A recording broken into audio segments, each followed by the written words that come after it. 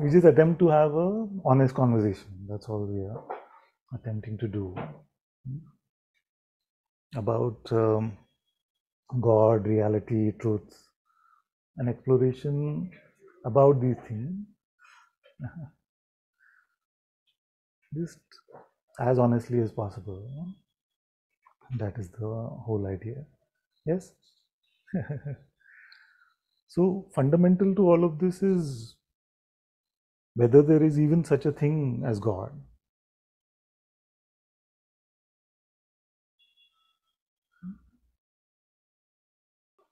And if there is a God, then will that God be just an element of our conceptual understanding? So we have a notion that there is God, and every time I'm in trouble, I can go to Him for the good stuff. So it's just like something is not going well, relationship, money, health of the body, or we are not finding meaning in life. These are the four main things, isn't it? So when something gets shaken in one of these, then is it just like a genie that you can go to and say, okay, I'm rubbing the lamp, please come and help me make this situation better for me? So for most or many, that is the relationship that they have with God.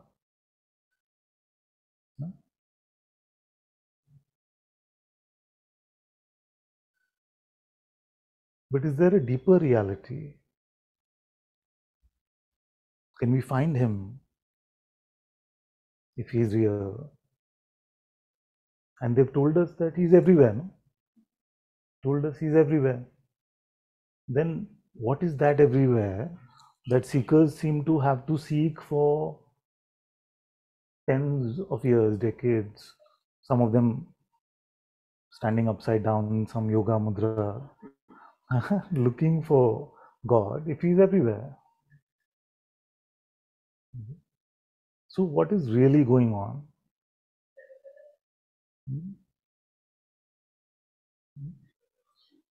So can God go from a conceptual idea or a object of a spiritual experience that I meditated so long and I saw that my chakra started shining, and then that shining chakra proved to me that there is the existence of a deeper truth. So then that is in the realm of spiritual experience, looking for God in that way. But is there a more direct, a foolproof, non-perceptual method to really come to the presence of God within ourselves? So, and all the cultures and all the traditions have told us about this presence. Some call it Atma. This whole place is called Atma Jnana Kendra, to come to the discovery of the Atma. Some call it Holy Spirit. Some call it Sadguru presence. Some call it Ansh of God. Many names are. Even in the Islamic tradition, they said God is closer than the jugular vein. So all are seeming to point in this way, that God can be met through His presence within ourselves.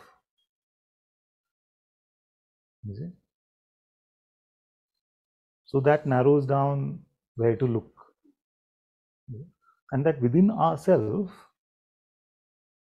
initially may seem like they're talking about a body, within this body, and the intellect can clearly discard that, because in a bundle of flesh and blood and bones, how will we discover something which is beyond objectivity, beyond being a thing? Because if God is just another thing, then God is not worth it. Then it's another part of the coming and going. With me? So if it is true, as it is said in all the traditions, and even the Sikh gurus have told us that har ghat mein wo niwas hai. So everybody seems to be in agreement about this.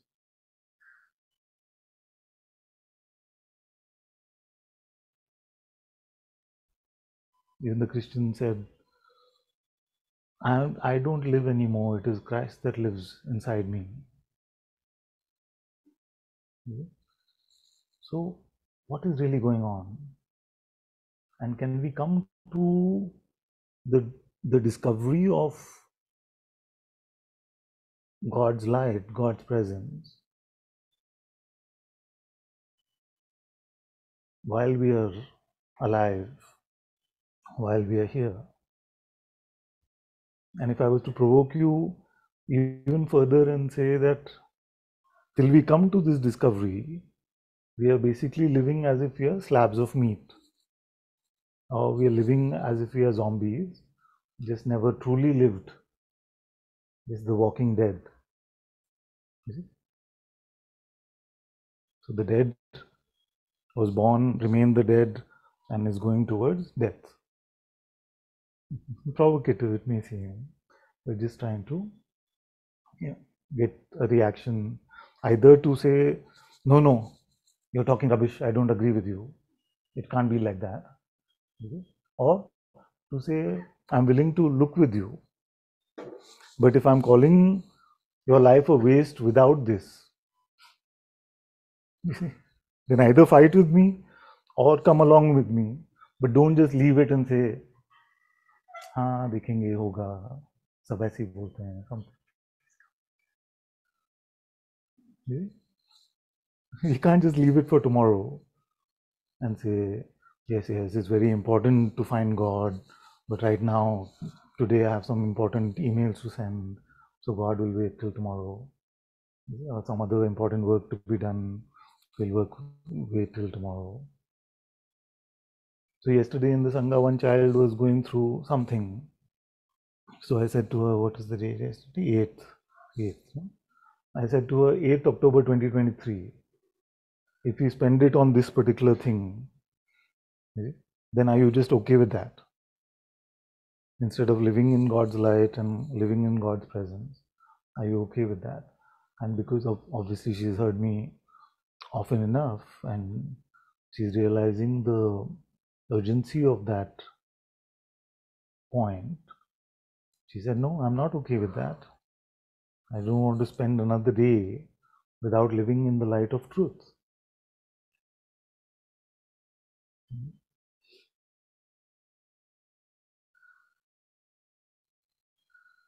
How many of us feel that God is a reality, but He is unattainable?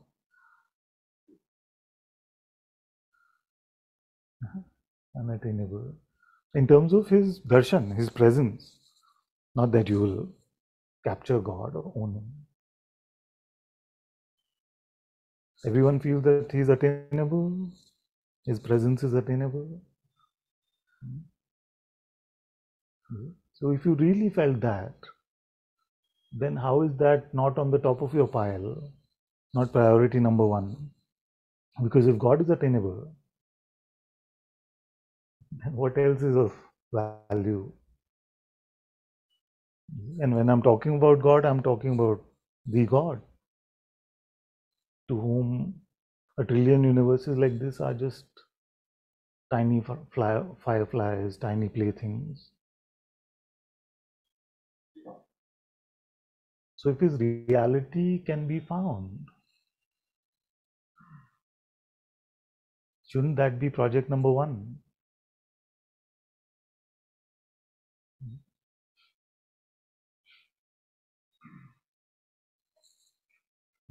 And never buy the mind's idea that there is time.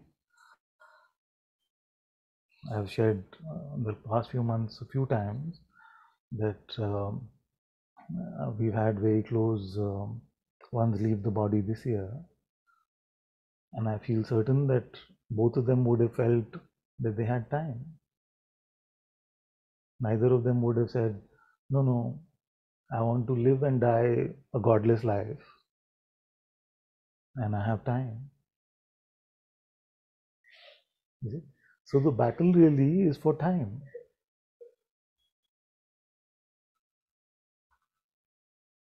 Because every day there is something to waste our time on.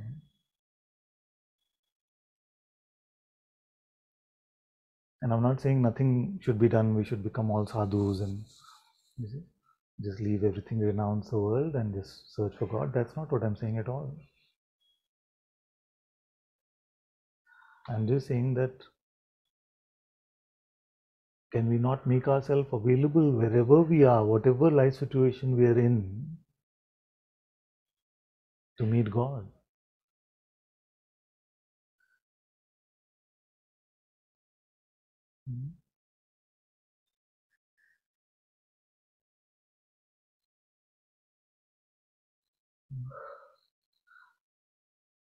Having lived like that for many years, I can tell you that a godless life is not worth it.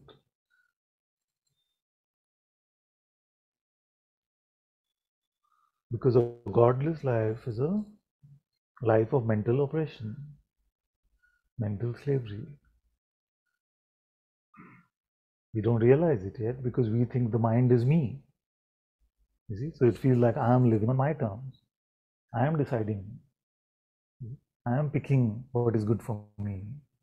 You see? No, but it is just a tiny aspect of yourself which is called the mind. There is a greater reality to you, which is your heart. And I'm not speaking emotionally, I'm not speaking physically, I'm speaking about the presence of which the core for most of us will appear as if it is the heart, the presence of the Sadguru himself.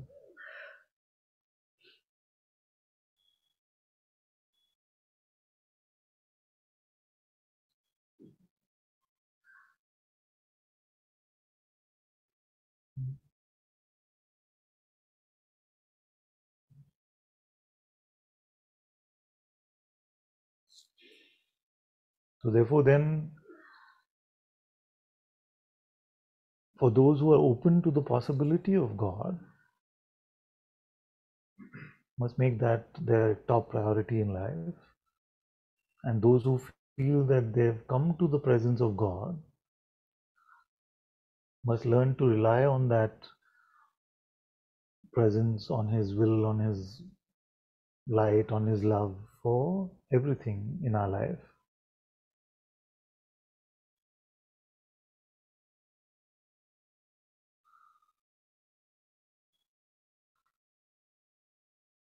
And the responsibility maybe is even higher for those who can claim to have found His presence. Because after finding God within yourself is when the mind will try to tempt you with every possible trick.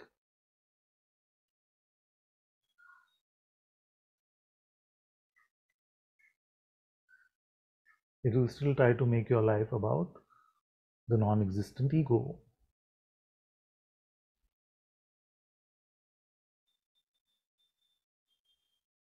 You see? So contrary to popular belief, it is not, just come to God, have a darshan, tathastu, finished. I'm sorted, I'm enlightened, I'm free. Where are my devotees? It doesn't work like that. You see? Because an experience, an awakening experience to find the light of God is just the starting point of this journey, really. We've only just started living.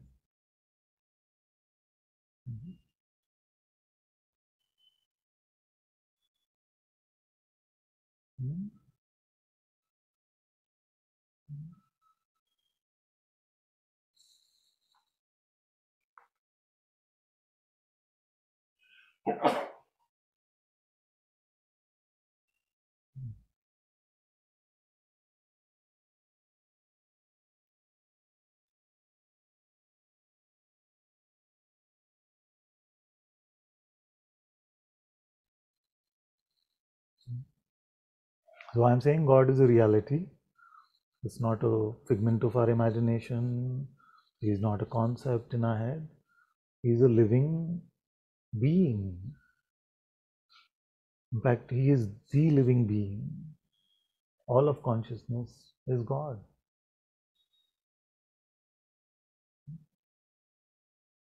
And this reality can be discovered, it can be lived in, it can be loved, it can be our guru within ourselves. And all external gurus are just representations of this holy guide within ourselves, the Sadguru presence. Only instruments to share his words, while his presence is not directly apparent to us yet because we are so attached to name and form.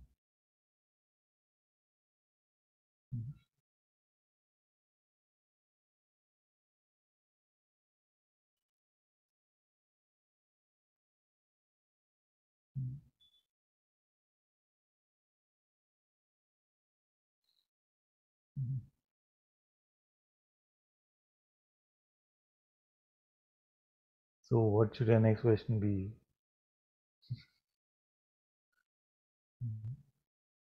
I've done this long enough to propose what you should be asking now. I've said what? I've said God is a reality, He can be found. Your question should be, how can I find Him? You're making us a great offer. It seems great, at least to start with. And then you're okay, how can I avail this offer? How can I find God? So, can I start with how not to do it? Because I've seen that most are doing it wrong. So, let's start with how not to find God. No? So, don't try to find God using perception. Because perception, Vedanta 101 is what? Everything that you perceive comes and goes, and that which comes and goes is not reality. So we can discard the realm of perception. Especially, so that's the second part. There's one special perception which is called mind, which is called notions, concepts, a collection of conditions which conveniently we've given it a name called the mind. You see, so soche sochna hoye, you can't think and think and think and think and come to the truth. You may think and think 100,000 times, but you will not come to the truth.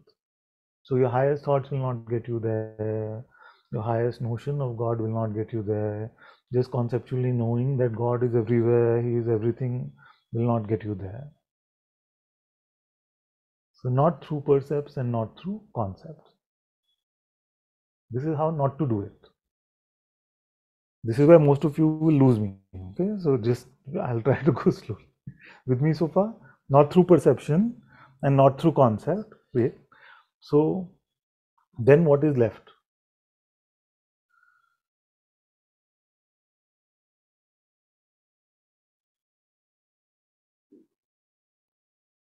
Is there anything left? To provide us self-knowledge or knowledge of God, Atma Gyan or Brahma Gyan will come from where?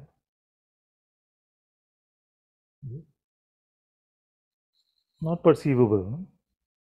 Then, is there something in us that can recognize the unperceivable?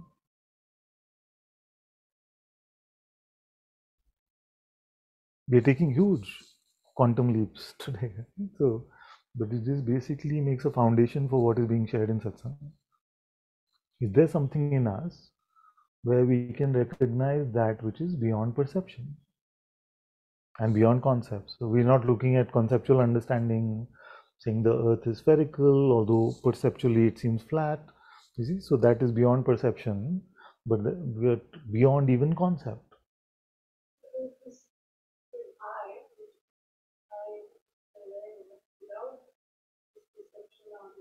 Yeah.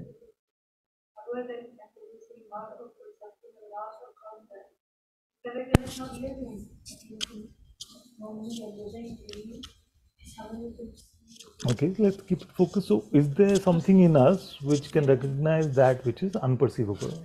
Yeah, I mean, there's a sense of an I-ness. So, what are you saying, that if I ask you who is aware of the perception of this hand, I would say I. you would say that I am. But can this I be perceived? No.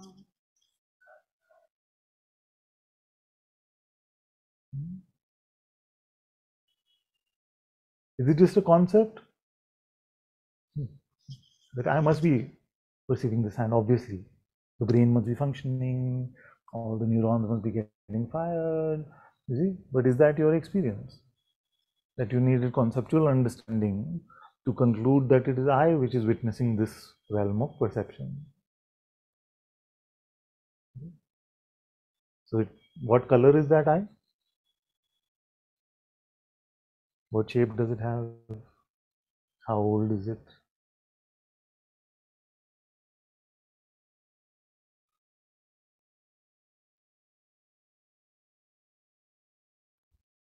The mind doesn't like this. The mind doesn't like this. It wants to weigh everything, it wants to grab everything, it wants to capture. It's too much for the mind.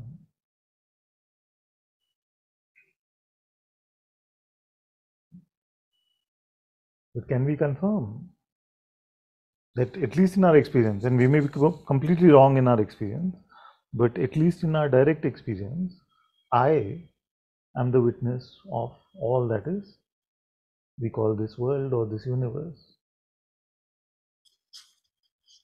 But this I itself, we cannot find perceptually. Yes? Huh? Lost me somewhere? You can ask me to stop and repeat. Huh? Did the mind come and say, बहुत ज़्यादा हो गया अभी पास? Huh? Enough for today. You can do that. And don't feel that they've all got it and things like that. Some of them may be with me for 12 years and things like that, but maybe at the same point. So don't worry, because this mind is the great blocker, no? Just in the minute of insight, you see, especially of that Sakshi Nirguna aspect of Brahman itself, it will come. So first we'll go to him, he's been raising, then we'll come. You have the mic?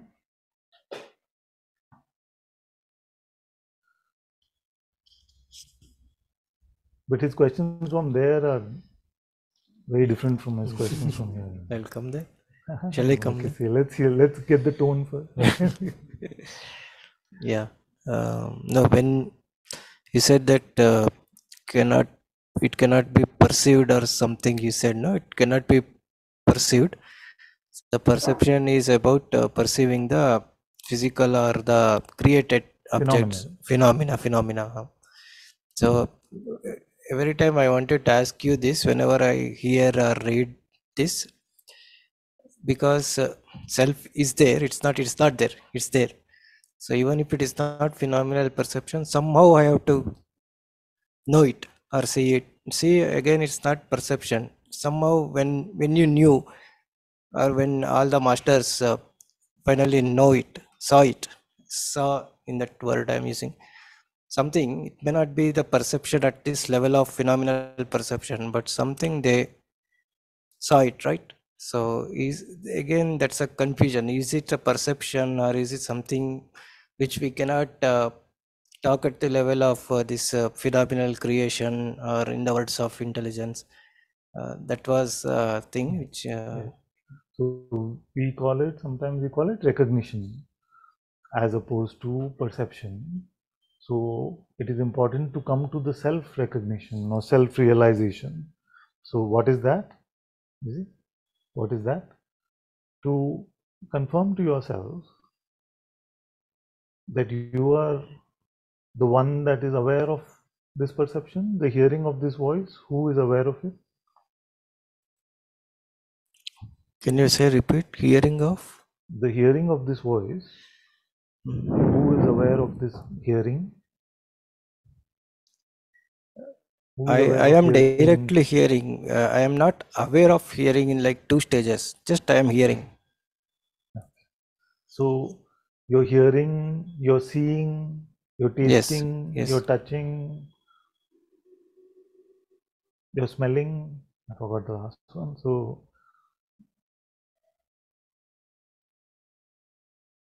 that which you're doing with seeing, hearing, smelling, touching, tasting is what? Is it different? Like you're doing something differently with sight? Because sight is different from hearing. No? Hearing. Yes. Yes. You see, tasting is different from smelling. You see, so the modes of perception, there is no actual thing like perception. Yeah. It is just a word that we use to put all these in the brackets inside, isn't it? Yeah. So when we say perception, we are saying could be hearing, could be seeing, could be smelling, could be touching, could be tasting, Yeah. could be any of these things. You see, so we call that perception. Now, is hearing different from smelling? Activity of hearing is different from smelling. Yeah, the activity of hearing and smelling is what we call perception, Perception. Yeah. isn't it? Now, where does this activity conclude? In me. Who is aware of that activity It concludes in me. in you? And is this you found by hearing or touching or tasting or smelling?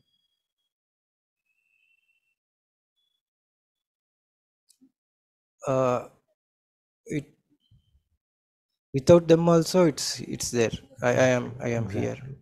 So it's independent of all these modes of perception. Yes. Let's call them phenomenal modes of perception. The reality of me, like you said, the reality of I is independent of all of these modes of perception. Yes. Yes. So this, because is it independent and just like inert? Is it independent and inert like a rock sitting somewhere?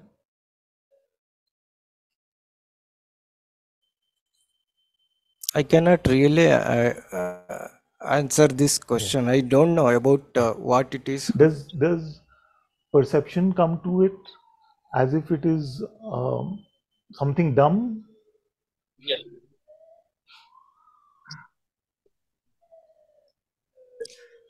No, because it's in that sense. It's the entire perception is given life by me. Exactly, very good. So this I, which is independent of all perception and is also the source of all life, you see, this you, how do you know it?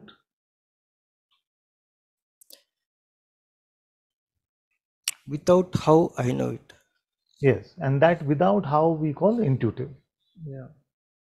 You see, because without how sounds lame, or just like that, Yeah. or it just is. You see, it just sounds like what's the big deal in that?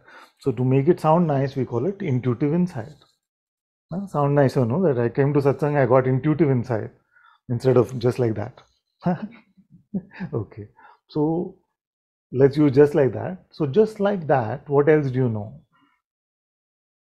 Except the reality of that which is nirguna, qualityless, shapeless, sizeless. Is that all that you know just like that? Just like that, I don't know anything else. You don't know anything else. That you are, that I am, like if you were to extend it to say I am here, how do you know? That which is I is independent of even the sense of being, isn't it?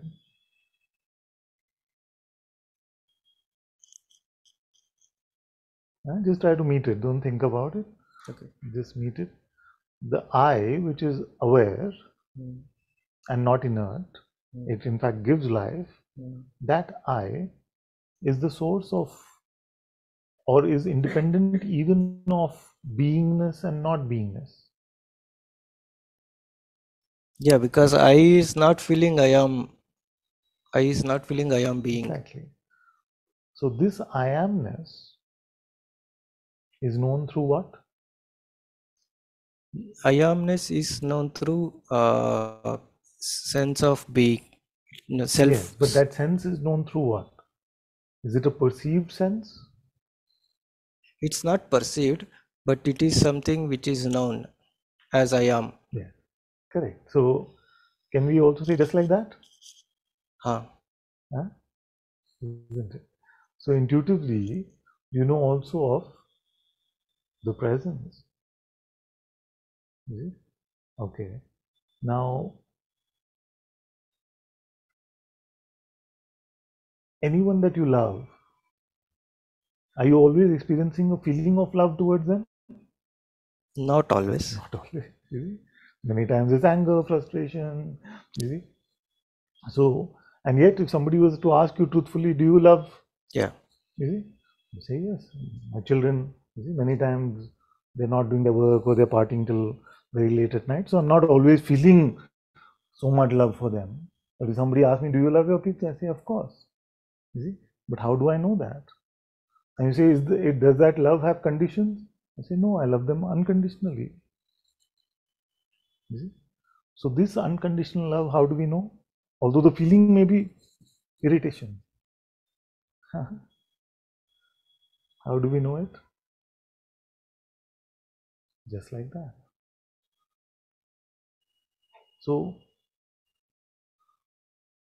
I'm going to again provoke you and say that anything that is truly valuable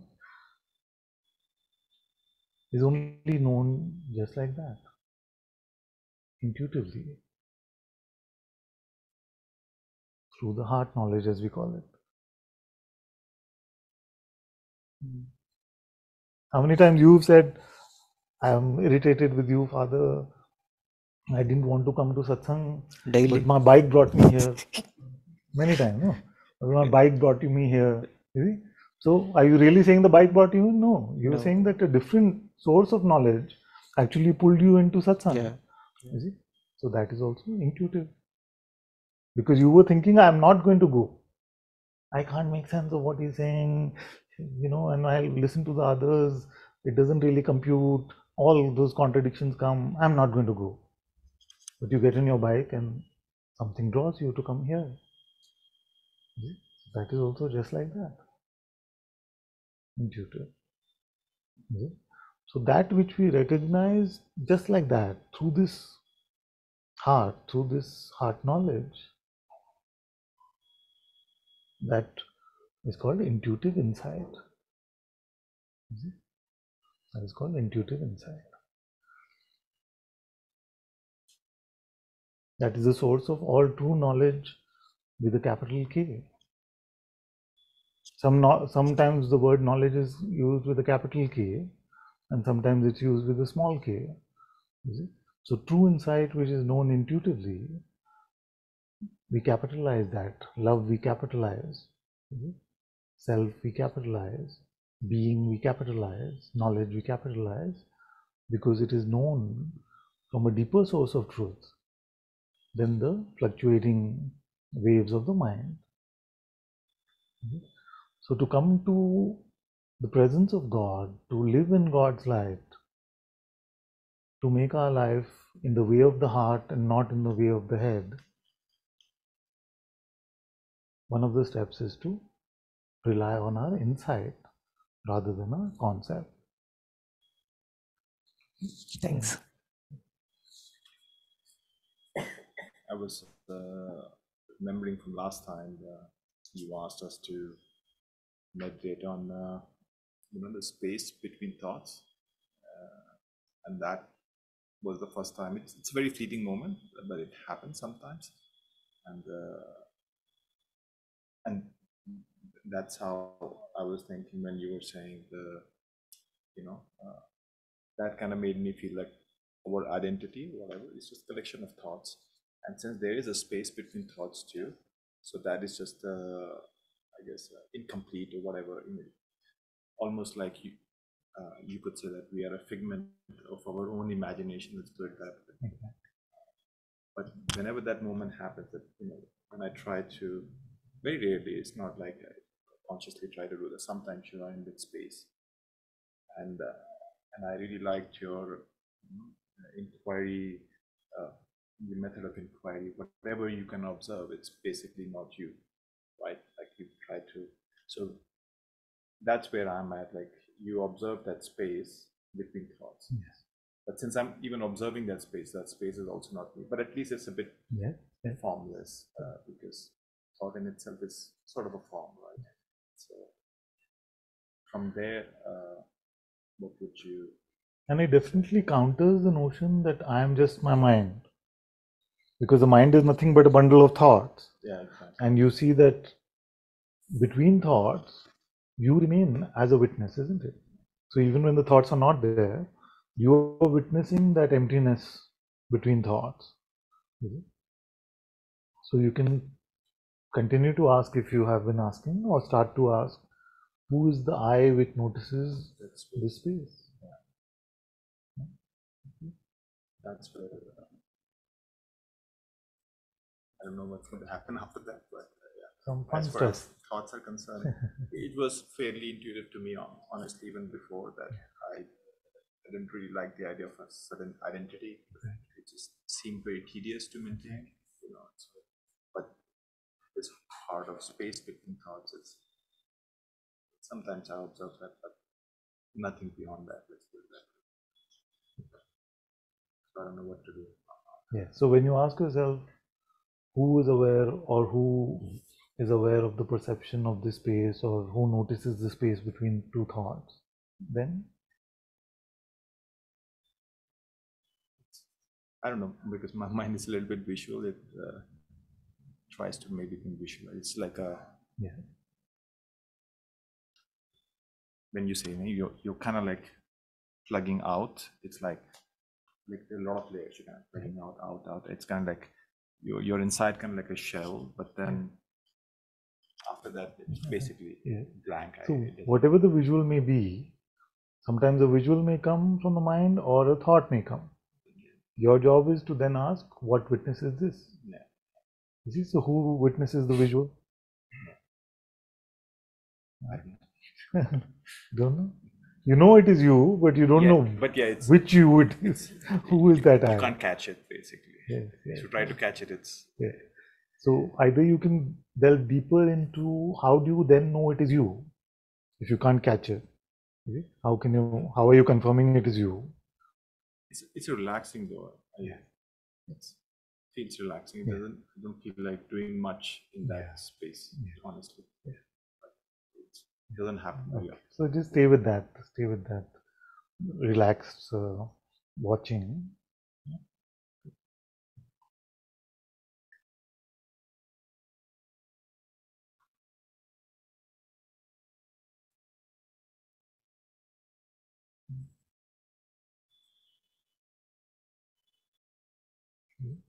So just to explain to everyone, so from this Nirguna Sakshi, the Nirguna witnessing, emerges the Saguna beings,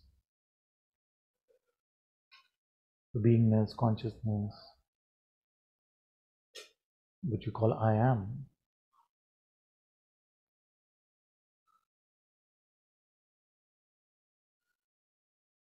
This I amness is unique because it is called the primordial vibration.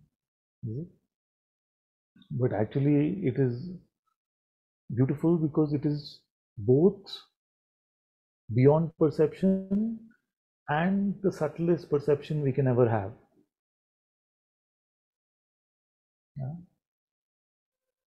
It's on the cusp of the non-phenomenal and the phenomenal. So you notice, and this is called I am, it is called Om, it has been given many beautiful names to signify the holiest being.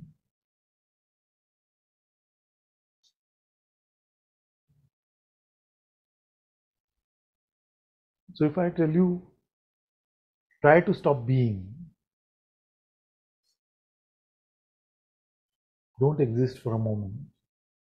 What will you say? But you have to actually try it. Don't just think, it's impossible.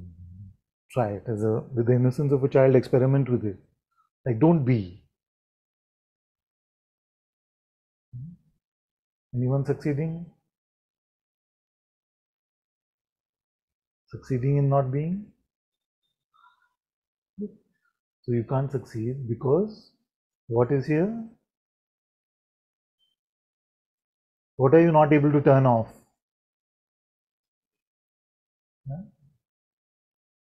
When you try to not be, your mind will say, but I can go to sleep, all that. No, none of that. I'm not looking for speculation. Just try to not be right now. You see, don't be right now. Then what can't you turn off? The I amness, the beingness. Everything else you can tune out. No? Everything else can go. And you can even speculate about it and say, okay, if my sight goes, then what remains? If my hearing goes, then what remains? If my taste, touch, all of these things go, then what remains? You still notice that there is a beingness, an I amness, which is just naturally here. What is the boundary of this being? Where does it start and stop?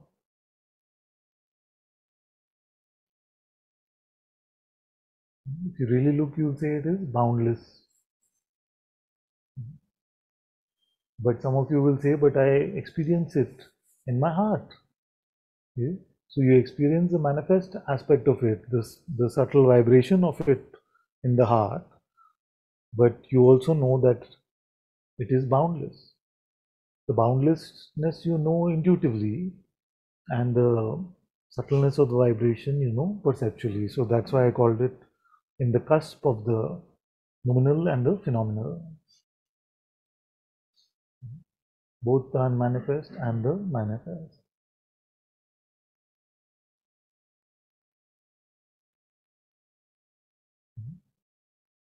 So the problem is the way we've just explored it makes it lifeless and scientific. Oh, there is a consciousness over there, there's an awareness over there. This is why I can choose. I sit like this in awareness, I can sit like that in consciousness. You see? But this consciousness, this presence is a living being.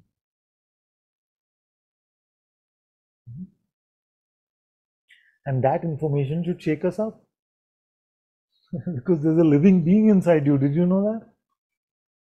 Yeah? Did you know there's a living being inside you?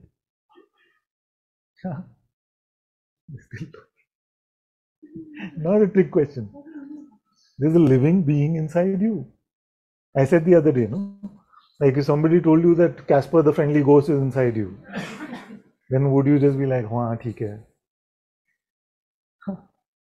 No, no. Why?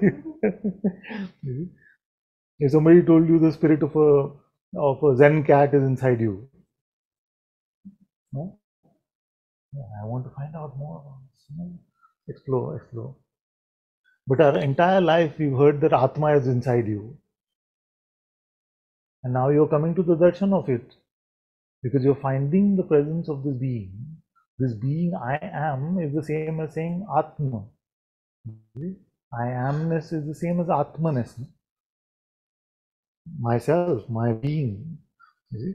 So it is the same thing. Whether you say Holy Spirit, whether you say Sadguru presence, whether you say Atma, whether you say I am.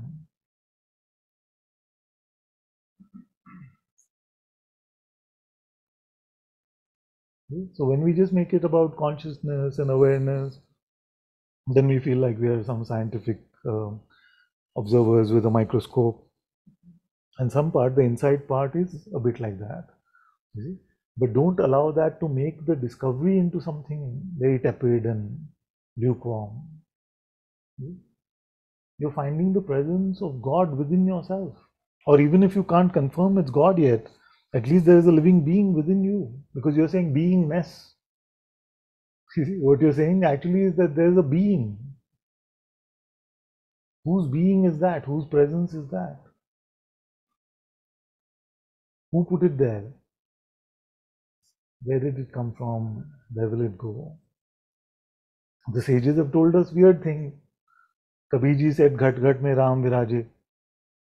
Is ghat mein to ye being hai? Is that Ram? Is this what he was talking about? Is it? So we must explore this. Could it be that this presence is Ram? Could it be that this presence is the Atma, to which the Vedantin said that there is no distinction between Jivatma and Paramatma?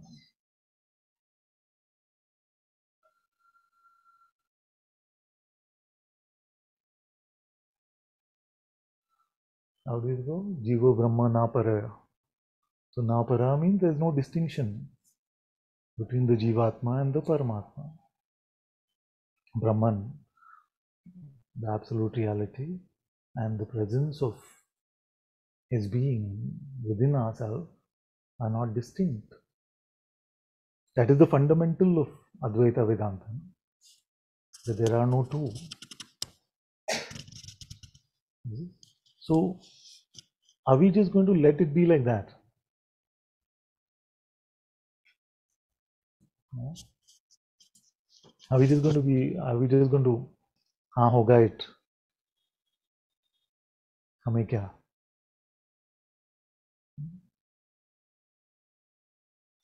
It's important. Now, the nature of Maya is to keep us away from this being and involved in this stuff. Just keep us involved in this stuff, keep giving projects, working, or whatever, playing, whatever. Just keep us involved in this. That's why it's called the Leela. You just play here. Neglect or don't give any value, importance, focus, attention to what is really going on, and Maya keeps spinning. Maya keeps spinning. And who's the lawyer of Maya? It is the mind. Saying, इस सब में क्या मिलेगा? छोड़ दो, कुछ नहीं मिलेगा. Focus on this. Do your responsibilities. Do your work. Make a meaningful life, and then die. Makes complete sense to most.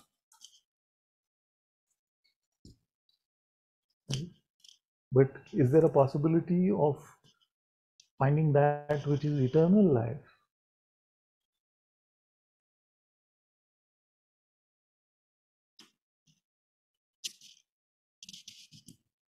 Yeah?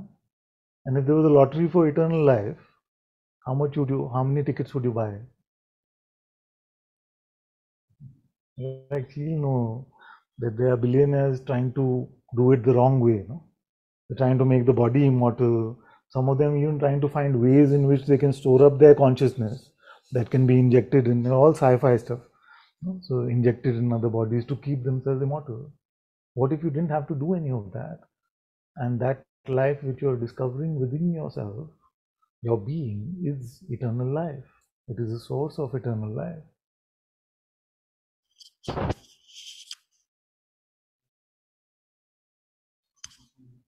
So Jesus said to the Samaritan woman that if you were to drink the water which I have for you, you would find a living water which is significant of eternal life.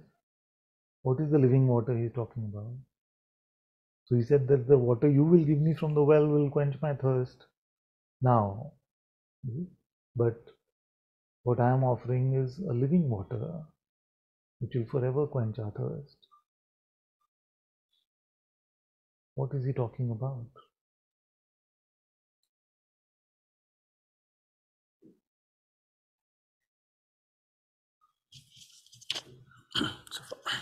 Forgive me for this again sin, Father, but this is a mind question a little bit. So till now, so being has a flavor of me, my and I. The beingness still have flavor of that. So, Father, if you know about my being, is that a conceptual knowledge for you, or you know it, or you can feel my being also? But for me, it's nothing beyond me. Please help me. So your being doesn't have the flavor of your individuality, in the sense that being itself doesn't have it, but it has these tongs, huh? These grabbers, what should we call them? Like with which it can hold on to notions. I am a man, I am a woman, I was born here, I'm going to live a life like this, I'm very honest. So everything after I am is not inherently a part of I am. It is the conditions or the avidya or the vasanas, whatever you call them, that are attached to the being through the process of identification, through the process of belief. You see? Now, I don't have any such superpower with which I can guess what that aspect of consciousness which is playing as a mole over there has held on to as identification. You see? If my heart or intuitively I get to know and I say something, it may come to the surface like that, but I can't say, okay, what you're actually hiding is this aspect of your being that you're attached to.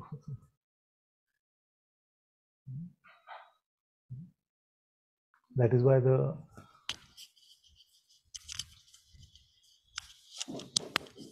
concept of Achinta Bheda Abheda is very important. So although it is one being, it is playing in distinct flavors and varieties.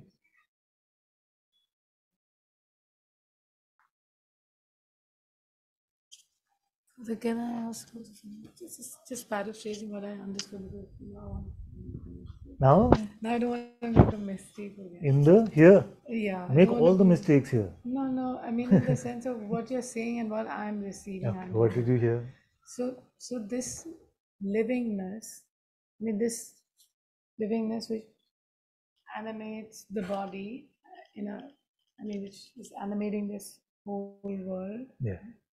That's what you're pointing to as the beingness, as that eternal life which is not going to die. I mean, which we call Atma, which will not. I mean, it leaves the body. It's not as if the body leaves it. It leaves the. It's what. Know what I'm trying to say? The So just to be technical about it, the being is the source of the life energy prana, and the prana animates this body. And then when what leaves is the prana. what you're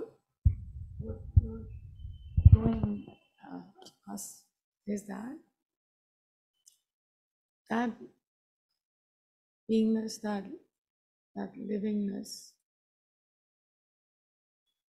is here, and that is more my truth, the truth of who I am, than who I'm imagining. The same livingness is imagining itself to be. Yes. And that's why I can say it's a living being and not a rock. That's why I can say it's not an object. Yes. But it's. But when you meet it, itself it is apparent to you it's a living being. Isn't it? You don't have to infer that this is more true than that, therefore it's a living being. No, but somewhere I think I had kind of made it to. So that way you can make it one or two, just leave that aside fully, the intellect.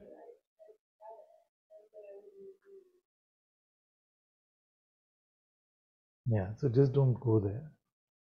It's the wrong playground.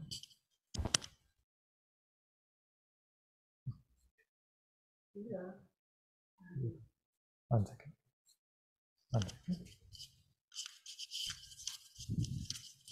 Just hold it now. So here what I experience is the presence is there, and there is individuality also is there. There is some this body mind is also there. So, but एक सुकून हो गया कि हाँ like mother and child type.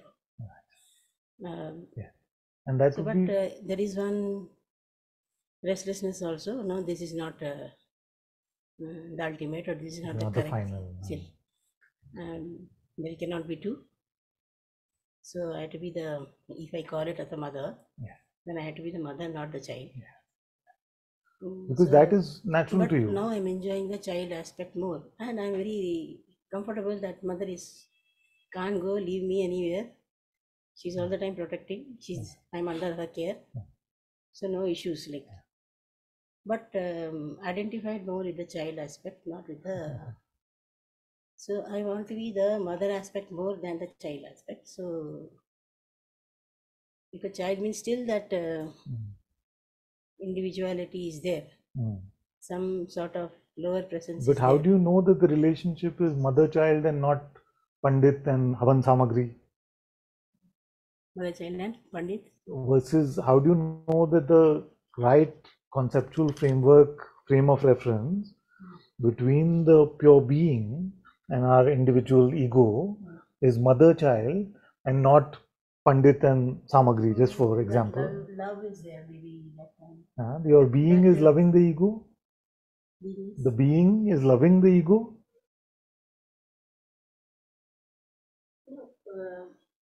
The child which is present is very much confident that the mother is. Because the child is confident, yes. But with what can we confirm? What is the true relationship between the apparent two? Because the frame of reference that we made is from the mind. No? Yeah, essentially the child. Child is no reality actually. So if the child just presumes कि वो मेरी माँ है, वो child ने अगर presume कर लिया है कि वो माँ है, पर actual relationship कुछ और है,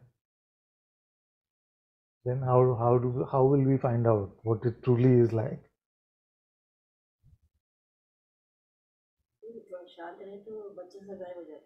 Correct, exactly. So if that is true, then no mother will get rid of her children, no? Isn't it?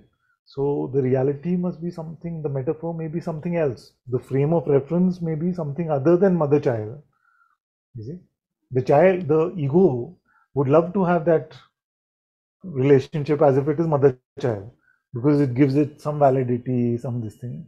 But you yourself are saying कि शांति में वो चला जाता है. It's only mother's presence. The only mother presence is remaining. So mother cannot be like that. If it was truly a child, you say hold on to it. So find out what the relationship is really like.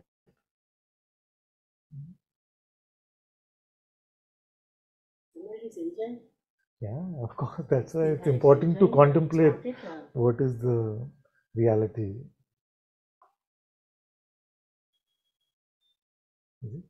If you find that when things are open and empty, when things are peaceful, the limited one vanishes, then what is the best label you would give to that one that vanishes? Anprona, avidya, ignorance. That which comes and goes is not real. What is here in me is Sukur mentioned rest of memory. He should become a little restless. Then there is some उसको छोड़ना है. सुकून की बारी है. हाँ कुछ नहीं होता. वो अखंड स्थिति है. नहीं यहाँ पर तो इसको कुछ भी हो यहाँ कुछ नहीं होने वाला है. That type of sense is not only concept. There is reality also. इसको झलक मिल गया. तो शांत हो गया. वो बच्चे का छोड़ने के लिए थोड़ा. What you are saying is okay. So slowly, don't worry. Look at it. It will be surprise. Yes, that's. Trust the presence to take care of the fear. This fear is very natural. You see, right now it's all fine, it's all peaceful. If I start getting rid of the child, you see, or the idea that this is a child, you see, then what if it all gets shaken up and my life becomes all shaky? That fear comes for everyone. But somewhere we must have the confidence that if I stray with the ultimate truth, how can things go wrong for me? If I stay with God's reality, His highest truth, then how can things go wrong?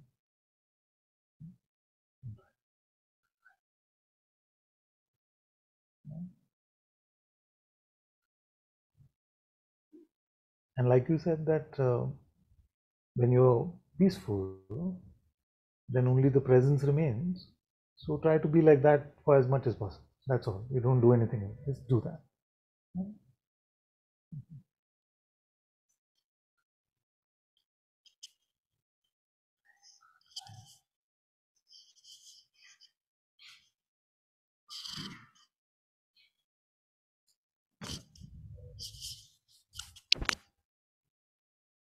Give her the mic, please.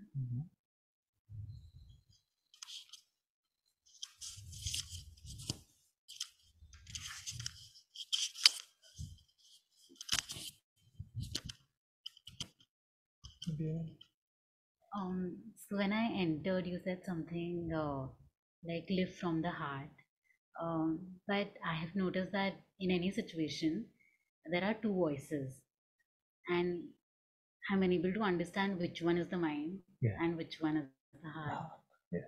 And even if I try to zoom out and think, okay, which one is the more dominant one, it feels like it is the mind only that's telling that okay, this is the mind and this is the intuition. Correct. So how do you know that? Okay, very good, very good.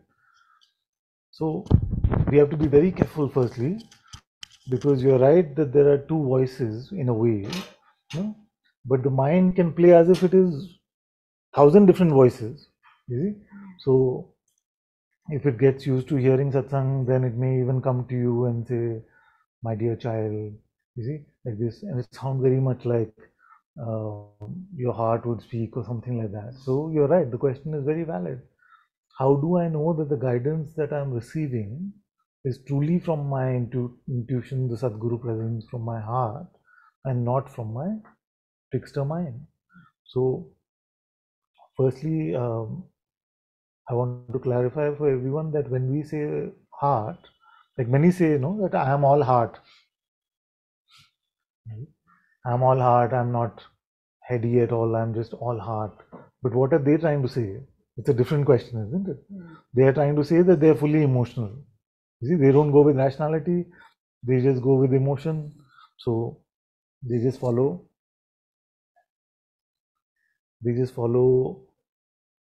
whatever feelings are rising from them. They just want to make themselves feel better, and they just follow that. So that is not at all the heart that we are talking about. We are talking about guidance from the Atma, guidance from the Sadguru principle within ourselves. How do we distinguish between the heart's nudging and the heart's guidance versus the mind's limited view of ourselves? So one tip which is very helpful for all of them is that just that if it is rushing, it is the mind. First thing is the rushing, you see, and rushing means all the aspects of rushing, grasping, do it fast, there's no time, urgent, decide now, you see. So then you can just discard it as the mind. That is a clear showstopper for the mind. But as we come to subtler places, then I've given everyone 3 tools to determine whether it is coming from the heart. The most easier tool, but not completely foolproof, is the presence of unconditional love. If you're feeling, as the guidance is coming, if you're noticing the presence of unconditional love, then 99% you can trust it. And I'll tell you why I'm saying 99%. So that is the first test. It's the most, this unconditional love is one of the most subtle things you experience. But in terms of our subtlety, this is the grossest way to determine your heart's voice. So So that is, but it'll work. Mostly it'll be fine. You can follow that guidance if it is accompanied by the presence of unconditional love. Secondly, subtler is the being itself, the presence of the being itself. I've been calling it the primordial vibration. If that is apparent, you see, and guidance seems to be flowing from there, then more or less, let's say, I don't want to quantify, but say 99.9% you're fine. Okay? But the most foolproof is if the truth of what you are in the nirguna way, you see, which is the reality of the self which is beyond all perception, is apparent to you, that means you're fully exercising your intuitive muscles, you see. So when that is apparent, yourself is apparent to you, and you're receiving this guidance, then that's the most foolproof, you see?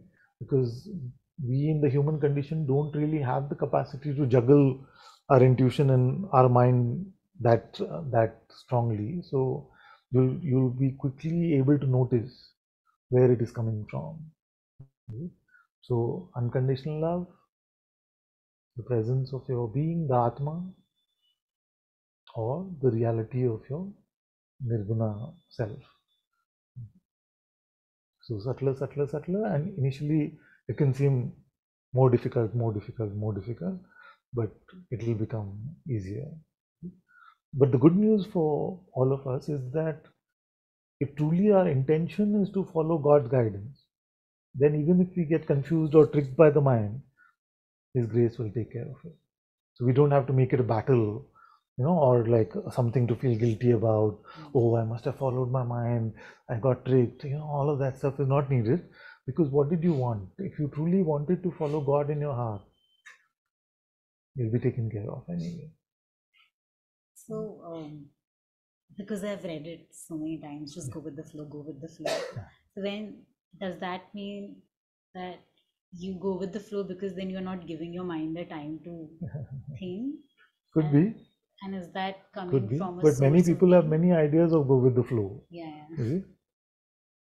So some are saying, I just go with the flow, man. I just go with the flow. Basically saying, I just want to do whatever my mind wants. That is the idea of freedom for them. No? मेरा मन जो कहता है मैं करता हूँ, मैं किसी की नहीं सुनता. That is their idea of living a rebel life or going with the flow or something. Living spontaneously, many feel it is that. You see? But going with the flow really is to be empty of oneself, to be open and empty, and then allow God to move you, allow God to move your life. That is what is to go with the flow. And that's a very important thing, that many times God's voice is silent. His voice is silent, but when we hand over our life to Him, He moves our life the way it is meant to move. You see, so that is also to follow God's will. In fact, mostly we will follow God's will in that way, by remaining empty and allowing Him to move our life. You see?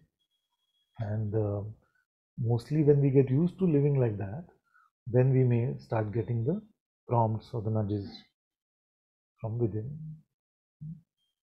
So that is how we live a life of servitude, of obedience to God's will.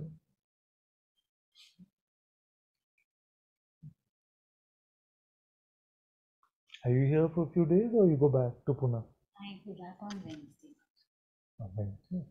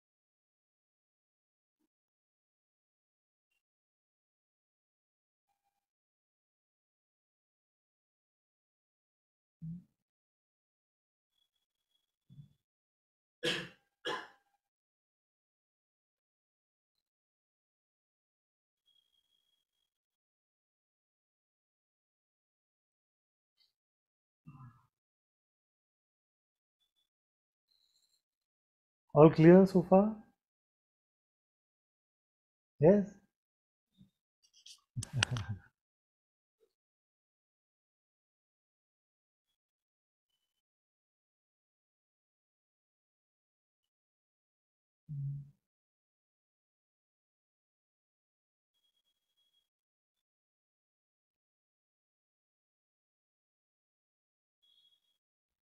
Okay, so if we leave the part about following God's will and how to follow, out of it, mostly what we've discovered or discussed today is the insight part of spirituality. How to come to that which is called Brahma Gyan, the knowledge of Brahman itself, and the Brahman's relationship with the Atma, and how the Atma plays this Leela of the appearance of this world and the dissolution of this world. So all of this is the insight or the jnana part of spirituality.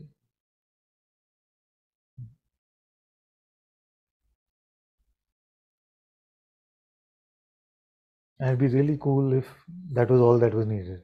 I'm sure all of you would be relieved.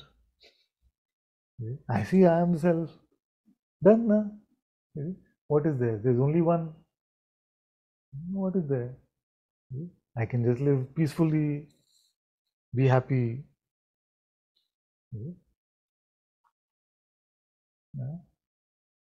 But this one who wants to use the insight to now have a peaceful life is the remnants of the troublemaker. Is the remnants of the troublemaker. And if this remnant is allowed to roam free, soon it will become Ravan. It's been allowed to roam free, make all the claims, make all the proclamations. I am the self, I am this, I am the king of the universe, I am. All these things are true, but not for this one, because this one is just a notional identity. But when it is allowed to take belief in all of these, it's like oxygen. So then that Advaitic teaching or heart pointing, which brings us to true insight, when it is taken to be conceptual, belonging to a me, that gives birth to the prideful spiritual ego. And that part we must not neglect or just live in some presumption that that can't happen here. And life shows us that very clearly. If you're living with eyes open, if you're noticing some suffering in your life, know that it is not possible without pride. Without pride, it is impossible to suffer. So, when we come into a sort of Advaita denial of the existence of the me which still wants to live a certain way now because it came to the insight that I am the self, or some knowledge like that, which are pointers, holy pointers to bring us to a true insight by the Sadguru's grace, when those very pointers are used by the mind, as if it knows something, then it becomes proud. It takes itself to be special. It wants to teach and not learn. All these are the symptoms that it wants to be elevated and not head bowed down. It wants to be seen and not ignored. All of these are the symptoms of this pride. And this pride is the same in all spheres of life. But when it plays spiritually, then it seems as if it has got some extra license.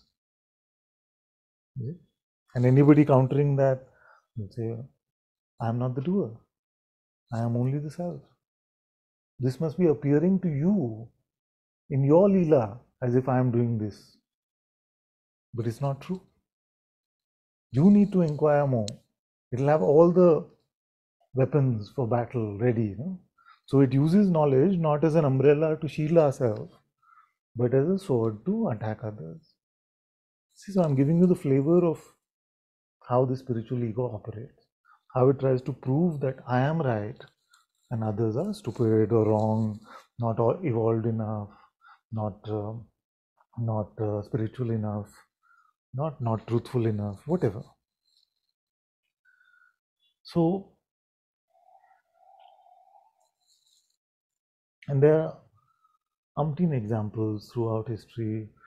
Ravan is a very safe example to openly say and to remind everyone of, because his knowledge was terrific. Everybody knows.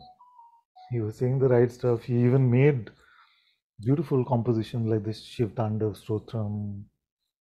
Amazing. But he took it to apply to the wrong one, to the body mind, and not to the reality of presence and that which is aware even of presence within himself.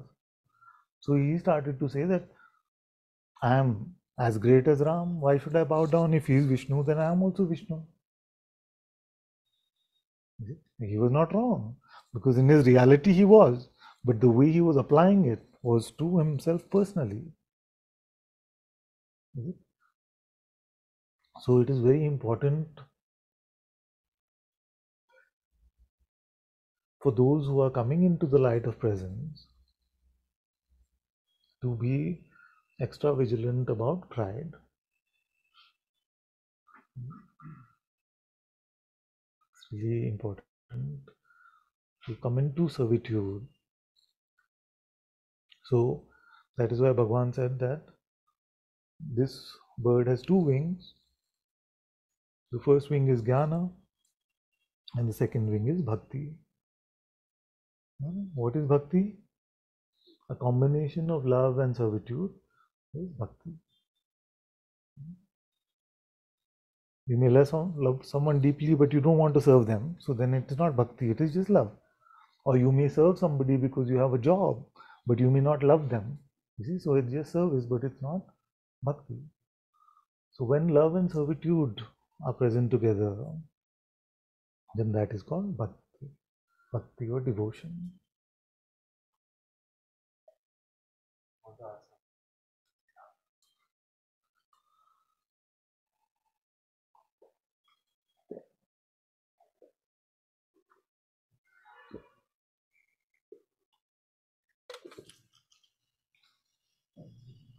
But before you start, I also feel that in the other day in Satsang, the metaphor of the drop falling into the water came up organically, and I feel that's a very good one also. You see? So I feel I heard it from Guruji first, where he said that as we are merging into the self, you see, it's not a one-time process. So if you've seen any YouTube video of how does a drop actually fall, we notice that there is some force of energies and they play out. So what happens is the drop, a part of it submerges in the water and the part of it bounces back. Then it falls in, then it bounces a little less and it remains a little less. So it becomes lesser and lesser and lesser and lesser. Okay? So like that. So when we are coming to dissolution of the ego into the truth, then the process looks like that. Okay? So I've paraphrased that beautiful metaphor, and I've said if that drop takes on the identity of the water, you see, or the notional ideas about the water, then it doesn't fall like that. You see? Then it becomes super drop and wants to fly and It feels like it's super powered and got all the yogic powers and siddhis and everything it wants to use to its benefit. But remember that the notion that it uses to become super drop can seem like a very humble expectation also. You see, it can just seem like I've come to the discovery of the self. Now my life should be this way. It should only be fun. It should only be nice. Even the subtlest notion like that, which actually we don't realize is specialness. It's just because we're coming to the discovery of God by His own grace, we have come to this. What does that entitle us to? Nothing. But we feel like, but this is a quid pro quo. I have given this, so I should get this. It's not like that. We are not entitled in front of God. All has happened by His grace.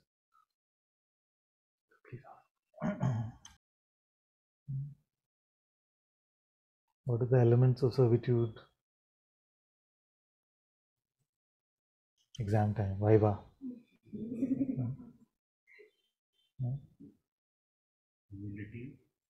Humility, yeah. Faith, Gratitude. okay. Who said you?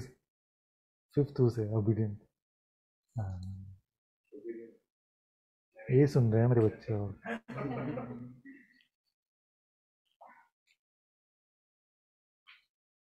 what is faith? Crazy belief.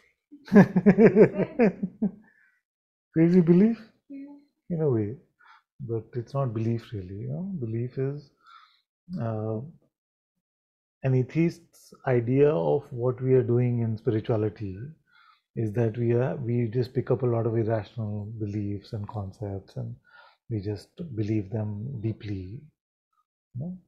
But faith actually is to trust your intuitive insight more than you do the other modes of knowledge that we discuss. So you take your intuitive insight to be truer than what Maya is showing you or what your mind is telling you. That is faith. So faith shows us God's reality and the fact that God is here, whereas in the world, actually, where is God? What is God?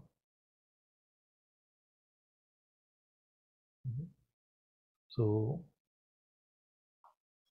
to have faith in what your heart knowledge is and to live in that faith means that you live as if God in whichever aspect you relate with God, whether it is God or whether it is Ram, Krishna, Jesus, Allah, whichever way you look at it, you live as if He is right here and not in a belief that I believe He's right here, so I should behave properly and do all of that, in the insight that He's right here. See, that is the difference between faith and belief. It is not just a irrational belief. It is beyond rationality, but it is not without basis. You trust what you have found intuitively in the light of the Sadguru presence, the Holy Spirit.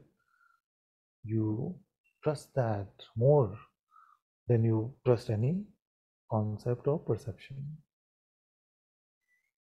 And that's why I've been prodding all of you. That how is it that your life is not a celebration? Because if I ask all of you, have you found God's presence? Now, not so many hands, but otherwise, have you found God's presence? Now, today, no. Because you know what's coming. So, if you found God or His presence, which is the same, then why is your life not a celebration? Why are you not rejoicing in Him? Why are you not relying on Him for everything if He can guide you? So, what are the possibilities? Either we've not found Him, we've not found Him, and we just don't want Ananta to feel bad, so we say, yes, we found. Like that. Or we don't really have faith, we don't trust our intuition that this is really God's presence, God's light. So we may feel like it's some biochemical reaction or some brain thing or some imagination or something like that. And if that is the case, then dive into it more. Find out what it really is. Stay with it more.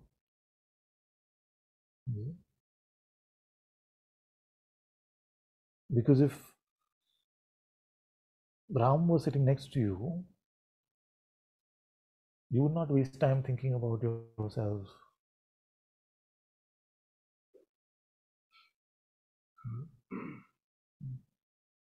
You would celebrate him, you would rejoice him, you would be in awe that your life is full of such grace. Where in most of spirituality also they talk about the discovery of God as if it happens like much later, maybe in a many lifetime later. And if you say that I'm coming to the realization of God, they say, ऐसे थोड़ी होता है.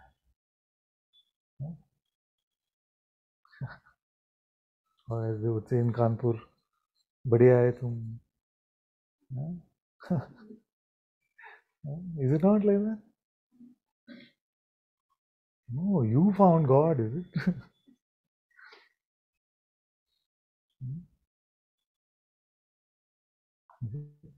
But our life has been graced with this reality, and if not a reality, at least a very potent possibility.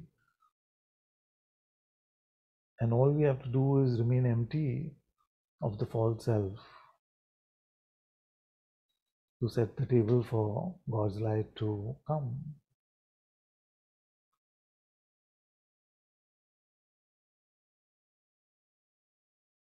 So, how to come to God, if God is a reality, is to remain empty for God.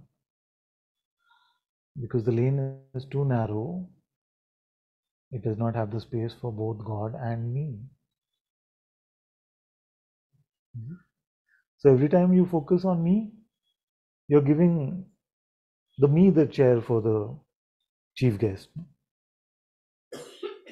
You're giving the me, the ego, the chair for the chief guest. Then where should God sit? And when it is God for me, because God should come so that He can help me, then who's sitting on the chair? Then God is the one in servitude to you. That's what we all want. That we find a way in which God becomes in servitude to us. That is the ego's max goal.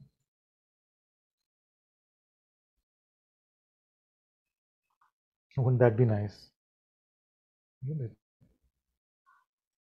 But that is just pride.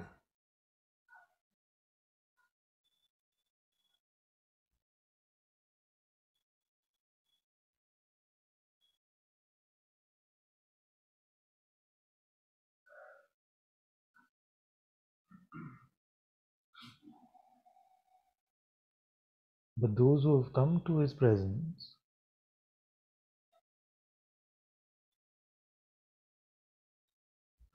I feel, and feel free to correct me if I'm wrong, that those who can claim that we have found His presence are still living more in the me than in Him.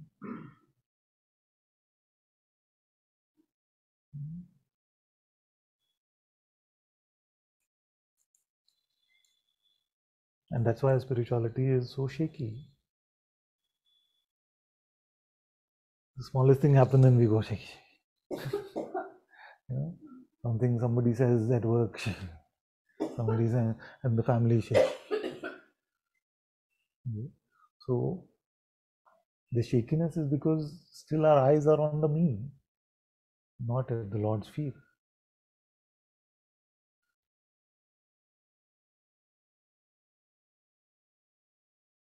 All is good and fine as long as the me doesn't seem attacked. Yeah? Don't ask me to risk anything. God is there, it's fine. No? But don't affect me, don't affect my life in any way. You see? So this is our weak faith. You see? So I feel that if, like a class teacher, I was to do an evaluation of my children, of my Sangha, I would say we are quite good in terms of insight. But I feel like if you look at servitude, faith, humility, obedience to God, gratitude, prayerfulness,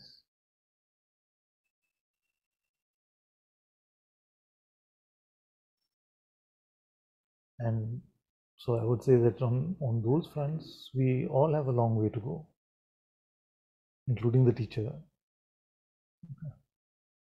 On that front, all of us are a work in progress. See.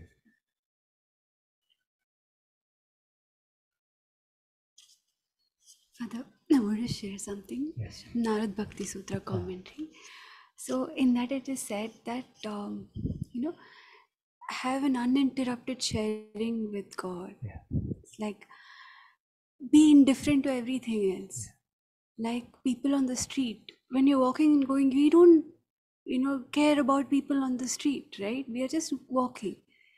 So it's like everything else, be just indifferent and just focus on just one thing. It's What you said is very beautiful, and if I may extend on that, if you keep the lane empty for God and if you live in God's light,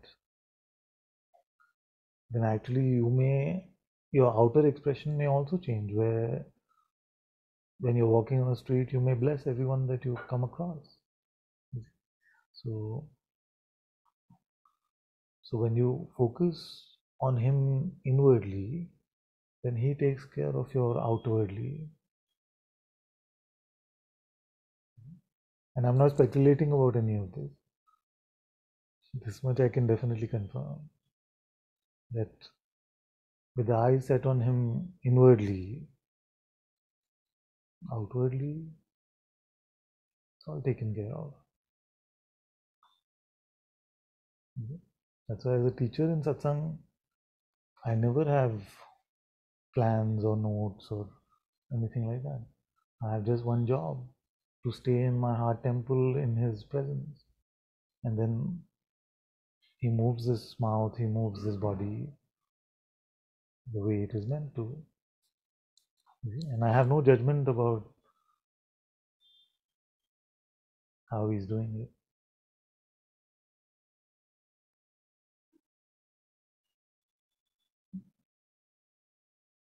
So the mind will scare you with this notion that, oh, if you make your life about God, but you're still young and you have responsibilities and you have to do so much and you must do things in balance. And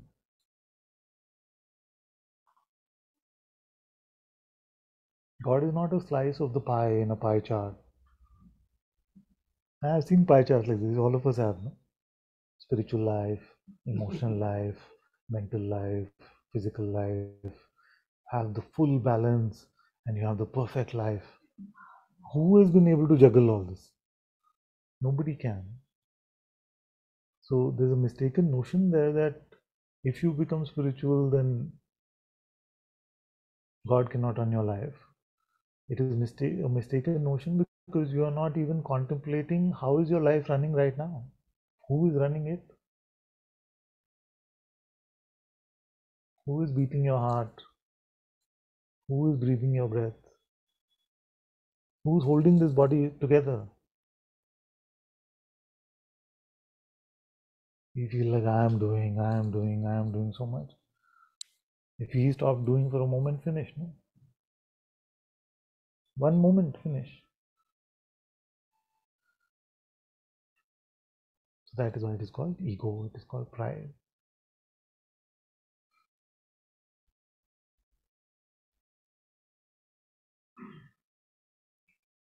And that is why to follow God's will is the primary teaching in most cultures, traditions, religions.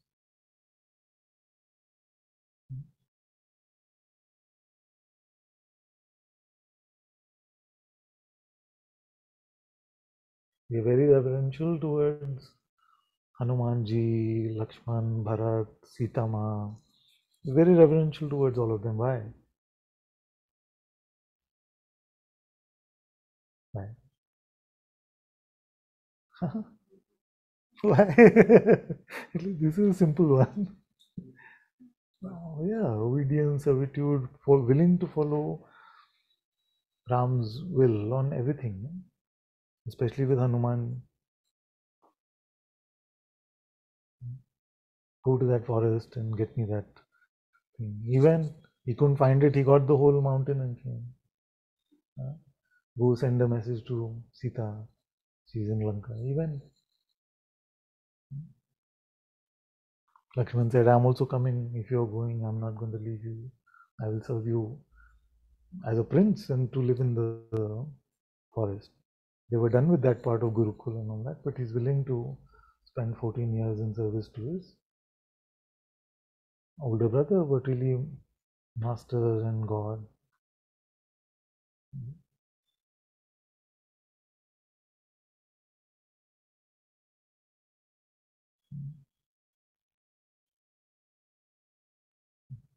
Abraham followed God's will, or was willing to follow God's will till the last moment, till God himself stopped him.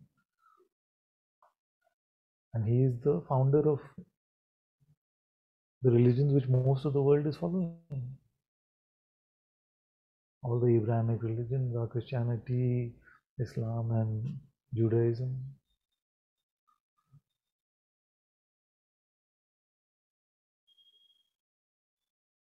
And Jesus has said so clearly, and these are very strong words he used.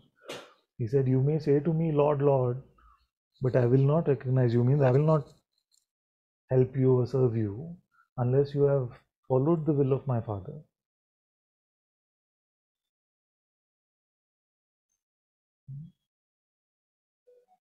Nanak ji has said, Suchi socha hove, all that, nothing, it will not help. Whether you think, whether you love, whether you meditate, whether you, nothing.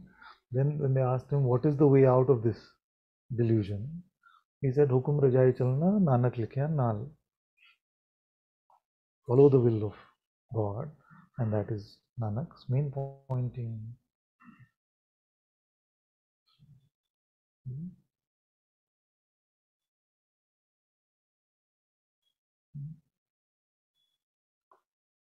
And a Muslim means that who follows the will of God.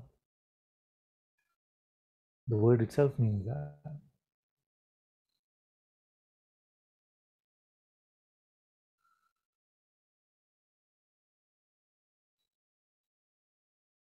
So how to keep the spiritual ego from becoming Ravan is to bring it in servitude of God. And today we've discussed one part of it, that how strong is our faith? Do we treat God to be a reality even after so many years of satsang? Or is it still conceptual and imagination for us? Are you trusting your intuition, which is showing you God's presence in this moment? Are you trusting what your senses are showing you more?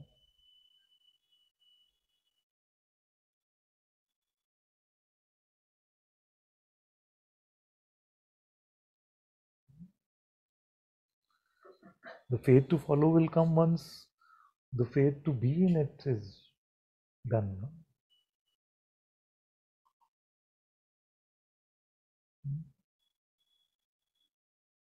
Everything in servitude will follow if you have faith. Actually, with any of them, you look at faith, humility, obedience, prayerfulness, gratitude, you look at any of them and you deepen in any of them, it'll just naturally pull the rest of it along.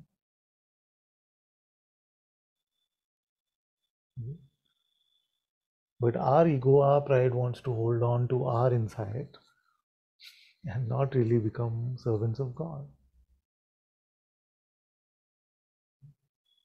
Even those who've been coming to satsang with me for a long time are strongly resisting this part because they think they know. See the fun there? That which they heard, what they think they know from, that himself is telling them. Like, no, we know.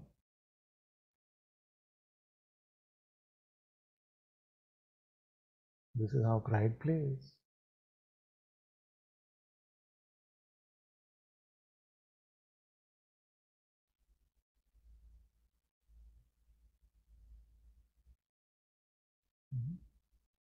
But till we don't flower in our love, in our servitude for God,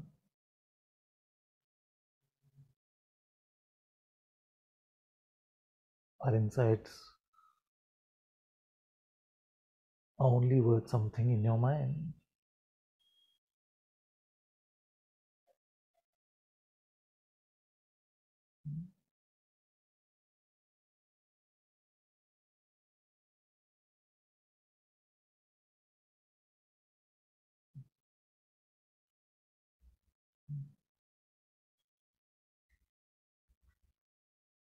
Okay, so I'm going to stop ranting in a moment. Just one last thing. Do we at least recognize that our life is in servitude either to the mind or to the heart? You recognize? It is in servitude either to mind or heart. There is no third will that we are following. No, there is no third coming. This is my will. That is mine. That is heart. This is mine. There's nothing like that. No. So when we say I want to live on my terms, we are basically saying the mind's. You see what the mind wants us to do. So is there anyone here who's not seen the trouble of mental oppression, the mental slavery, who has not suffered from it? All of you have, no? And still we want to continue to serve that oppressive master, whereas we have an option of being in service to the highest, most compassionate, most merciful, most graceful one.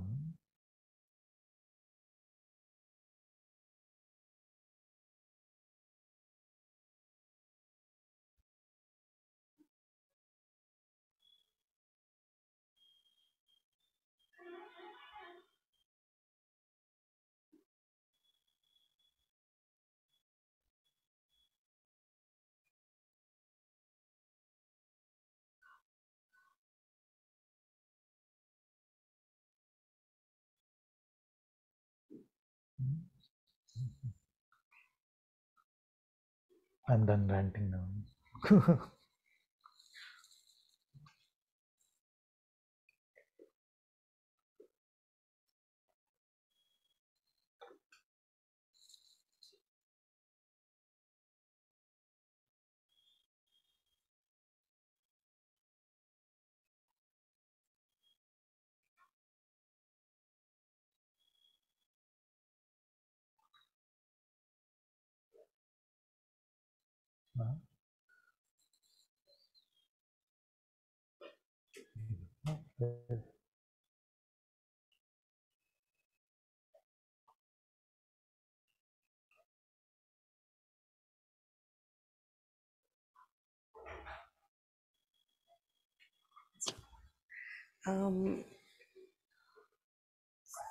Yeah, I just want, you spoke about chupe chup na hove and soche soch na hove.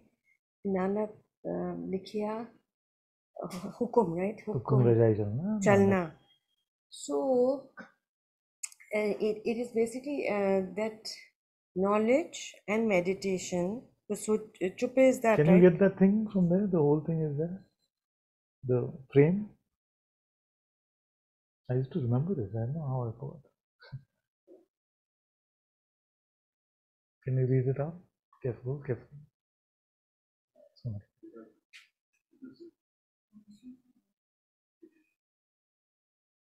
सोचे सोच न होवे जो सोचे लख बार. So you may think and think and think 100,000 times, but you will not get it by thinking. Thinking. चुपे चुप न होवे जे लाई रहा लिवतार. That means sitting in silence. Silence for That's a long, also long time. Will not do it. nothing. Bukhya bukhna uttari che bana puriya bhar. That your hunger will not be Will not satisfied be if sat- even if. What is it? Even Bhukya if bhukna utri jabanna puriya bhar. Punjabi is, you may eat to your heart's content, so whatever you may fill yourself, you will not this feel thing that you will not get. सहज सियाना पा लख हुई ते इक ना चले नाली.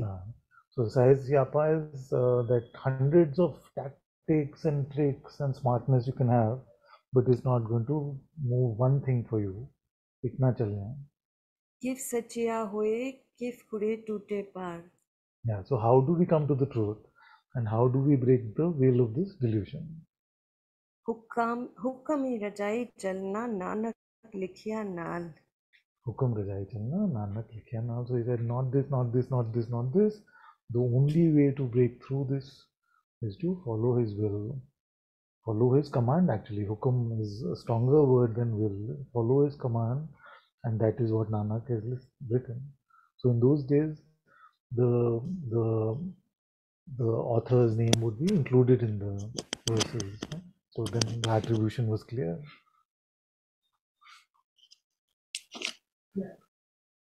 But then, like in today's world, all of this, it's all about knowledge and meditation, and there's so many different combinations and packagings of knowledge and meditation, basically, right? So, I just wanted to ask your father, That's why I'm ranting so much. so much about this. About the armchair spirituality and the lip service spirituality and the me spirituality and the self-help spirituality, whereas the main, the fire of it, the juice of it, which is to make us into servants of God, has been taken out of it. So it is that line which is about what you're saying, Yes, right? yes, exactly. Yeah, exactly. So otherwise, without that, it is the spiritual ego. There's a high likelihood. You see, because I have not met one who did not need to keep his head bowed down and yet remained open and empty just by themselves.